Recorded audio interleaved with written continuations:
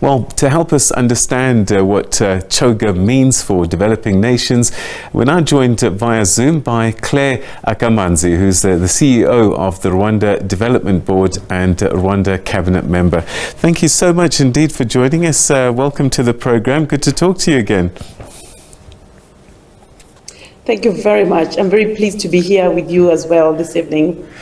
All right. Now, one of the key events of CHOGM this year was the Business Forum. And I wonder what came out of this gathering. And I know that you were one of the speakers there. What was your message? Well, thank you, Peter. First of all, the fact that we had 4,000 people visit Rwanda means that it's the biggest gathering that we've had since COVID, maybe not just Rwanda, but for many countries that participated as well. It was also a very high-level meeting with heads of state, over 30 heads of state, different heads of delegations from different rankings or upwards. And so just having those number of people in Kigali, one was very important because it boosted our conference tourism, something that is very important for our economy. But also, I think it really reinforced this recovery message and resilience that we're all looking for after the COVID-19 pandemic. And so the key discussion around the Business Forum was different facets of recovery and resilience, because that's what we need coming from the pandemic. And so for us as a country, not only were we able to participate in those very deep discussions, how do we address climate resilience? How do we address digital technology? How do we reduce digital divide? How do we come up with innovative financing that can actually support economic growth and development? Many other discussions around integration, trade, investments, among others. So it was also very important to hear ideas and discussions, forge partnerships with different countries and different investors from different parts of the world in one room. That was something else that was very clear from the Business Forum.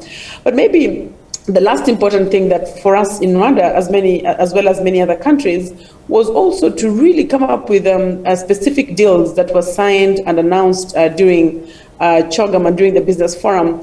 In Rwanda, we announced and launched the vaccine manufacturing facility. Our president officiated through that.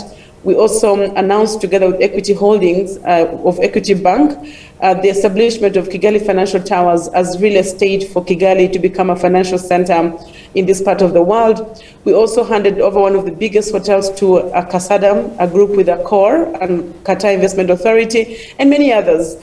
We had about 12 specific deals and agreements that we signed to foster partnerships, but also bring in investments in Rwanda. And so for us, that was also a highlight, So in summary, Peter, it's really bringing 4,000 people in the country, of whom about 1,700 in the Business Forum. It was discussions, thought-provoking ideas. It was signing deals and agreements that can foster even and deepen investments and economic development. So that was really exciting to finish the week on that note. All right, so the theme of CHOGM this year was delivering a common future, connecting, innovating and transforming. What does that mean for a country like Rwanda and other developing nations within the Commonwealth family? Yeah, first of all, the Commonwealth family is a big family. We're talking about 54 countries and member states. We're talking about 2.5 billion people, and we're talking about 1.2 billion young people whose future the Commonwealth is looking at. So connecting with this diversity of people from all over the world, you have the Caribbean, the Pacific, you have Asia, you have Africa, you have Europe, very diverse geographical locations, but also diversity in terms of age and experiences.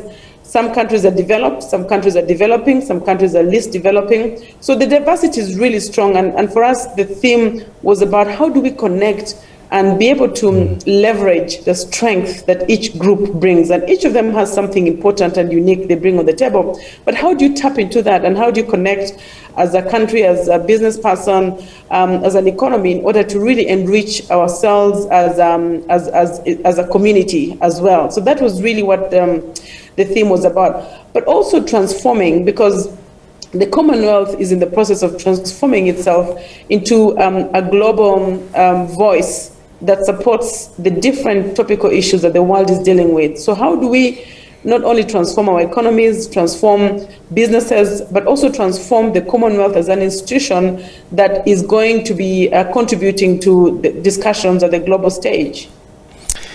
All right, so you've maybe perhaps answered a little bit of my next question. President Kagame spoke about nobody being left behind and a real commonwealth. How does this play out when it comes to business, and how developed nations can assist the developing nations within this Commonwealth grouping? Yeah, I think President Kagame spoke also because he comes from a context of a country that has been able to tap into, bringing everybody and creating a common ground, a common vision, and a common journey for everybody. As you know, our country emerging from the 1994 genocide against the Tutsis, Rwanda has transformed itself, among others, by really tapping into unity and working together, having a common purpose, a common goal, and a common journey that everybody feels a part of. And there's a lot of strength in uniting people and working together to build, a destiny that everybody benefits from. So I think coming from Rwanda and also seeing and experiencing what this means for Rwanda, I think also taking that discussion even within the Commonwealth, so that when you talk about a Commonwealth, it's actually common. In other words, everybody identifies with it, or everybody identifies with the journey that we are moving with as a Commonwealth family. And so I think that's what it really means. And we look forward as a country and as our president takes on the chairmanship to really share our own journey of forging, a common society, a common identity, and a common future, so that we can leverage on everybody's strength to deliver, the future that we all want. When I think of a grouping like BRICS, for example, I wonder if the Commonwealth grouping has the same bonds in a business context, working together for a common purpose. Well, the Commonwealth is a group that has its own, uniqueness. One, common language. I think speaking English and being able to develop even economic activities together, like the financial systems, legal framework, governance structures that can be shared across the Commonwealth. I think the best thing that the Commonwealth delivers to its countries is really sharing best practices and being able to identify those best practices and be able to share with the rest of the countries, so that we can have a common kind of set of structures that support these structures. So I think that's one of the things that is really key in terms of how the Commonwealth deals with each other. We are not a formal, trading bloc like you'd have, the CFTA or COMESA or other trade blocs, but we are a family of very, very strong capabilities, whether it's in trade. We have, companies, we have, people that can communicate and travel within themselves and be able to forge these partnerships. And I believe that is the strength that we need to leverage on even more as members of the Commonwealth by, connecting, meeting, visiting, traveling, and getting to know countries across the Commonwealth together, so that we can build on these strengths to be able to go to the next level, which is trading, investing with each other. But already what we've seen is that trading within the Commonwealth alone, what we saw is that it's actually 21% fewer trade barriers if you trade within the Commonwealth compared to trading outside the Commonwealth. So there's already a lot of agreements, a lot of benefits that can be leveraged on if we do more trade and investment within the Commonwealth countries. All right, and again, that kind of helps with the next question, which talks about ease of movement, people moving within the Commonwealth. The tourism is huge, but also if you want to do business, you talked about ease of doing business. Is it easier for a Commonwealth nation to do business within the Commonwealth and travel within the Commonwealth on a Commonwealth passport? Well, first of all, I think for Rwanda, certainly it is. Rwanda has a policy which provides visas on arrival for all members of the Francophonie, but as well as Commonwealth members. So if you come from a country that is a Commonwealth member, you don't have to worry about applying for a visa before you come to Rwanda. You get a visa on arrival. And this is something that Rwanda, as a member of the Commonwealth countries provided to other members. And there are many other facilities that countries have to support Commonwealth countries. But also many Commonwealth countries also participate in other trade agreements, like the East African Community. Majority of the countries in the EAC Customs Union are Commonwealth countries. We have many African countries, 19 of them that are part of the African Continental Free Trade Area, but also part of the Commonwealth. So leveraging on those existing trade agreements, but also specifically coming up with the policies such as the one that Rwanda has to foster a movement of people within the Commonwealth. I believe we're going to see more and more of these instruments and more support to travel within the Commonwealth. But already, as we see, Peter, in terms of tourism, Rwanda itself gets most of its tourists from Commonwealth countries. The UK is the second biggest market for tourism.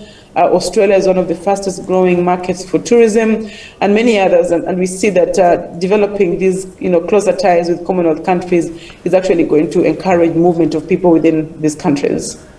All right, and that's where we're going to leave it, Clare. And I'm hoping next season you'll be sponsoring Manchester United, not Arsenal.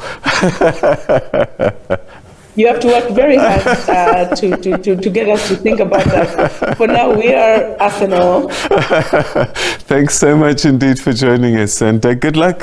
Thank you. Thank you, Peter. Thank you very much. That's Clare Akamanzi, who's the CEO of the Rwanda Development Board, talking to us about the just concluded CHOGM, but the head of the heads of state actually meeting was an important business forum. She was just giving us a business context of Commonwealth nations and what they mean for developing nations such as Rwanda.